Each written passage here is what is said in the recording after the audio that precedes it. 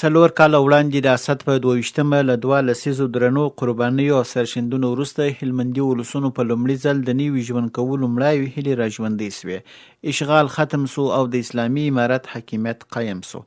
د هلمند د اطلاعات او کلتور ریاست د اطلاعاتو امیر مولوي شیر محمد وحدت وایي پر هلمندي ولسونو د اسد 22مه یوه ساده ورځ نه بلکې د 2 لسیزو د ارمانونو راژوندي کولو، د استقلالیت اخیستلو، د یرغلګرو او د دوی د مزدورانو لپاره یوه ستره د ماتې تاریخي ورځ وه او ترڅنګ یې هلمندي ولسونو ته یوه روښانه ځلېدونکې او تاریخي ورځ ده.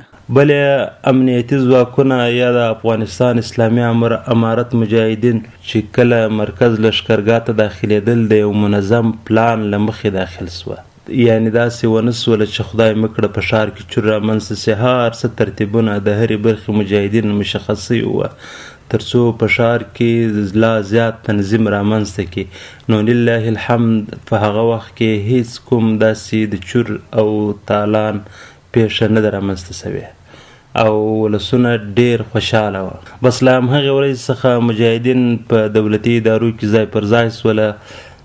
پخواني کارمندان دی راوغوښتله، په سبا او بل سبا کې بس دولتي ادارې فعاله سولې او ټولو په نورمال شکل خپلو کارونو ته دوام ورکړ. د فتحې پر مهال د فرهنګي کمیسیون غړي ملا امیر محمد د اسد په 22مه د هلمند د فتحې د ورځې خاطرې راسره شریکوي. دی وایي په دا ورځ د ازادۍ لارویانو په ټول توان سره په ښار کې د غلا چور مخه ونیول. د یو کمپاین پر مهال د خلکو د مال، سر او ځان ساتنې په پار د عامه پوهاوي پوسټرونه نصب کړه او ډاډ یې ورکاوه چې مجاهدین د هر ډول تاوتریخوالي مخه نیسي او د خلکو د سولیز امنیت راوستو تدابیر یې نیولي دي.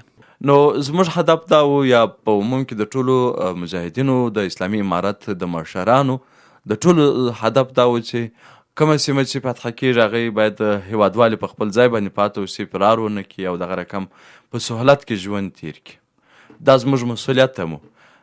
فرهنګي توکي ویشل، بیرغونه کښته کول او پورته کول، دغه رقم پر دیوالونو باندې د خلکو دپاره د ذهن دپاره ذهن سازي کول، لیکنې هغوی ته کول او د فرهنګي لیکنو دغه رقم د هغه مسؤلیت هم زموږ.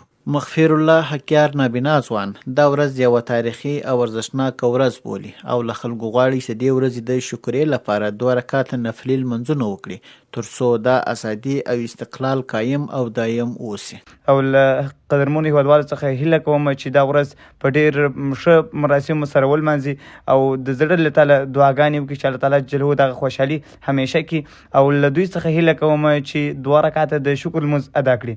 هلمند میشتي ورزشکار اغا ولی محمدي وایي پر 4 کاله وړاندې د اسد پر 22مه نیټه د ژوند نوی څپرکی راپیل کړ.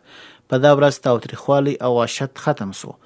دغه ترڅنګ چې کله موږ مسابقو تللو په لار کې به مشکلات و رسیدګي به نه کېدله، ستونزې به یې اوس الحمدلله چې په هر ولایت کې تاسې باور وکړئ چې کندوز وغځوي ته موږ مسابقو دپاره ځو، په لارې کې مشکل نه وي، امن دی.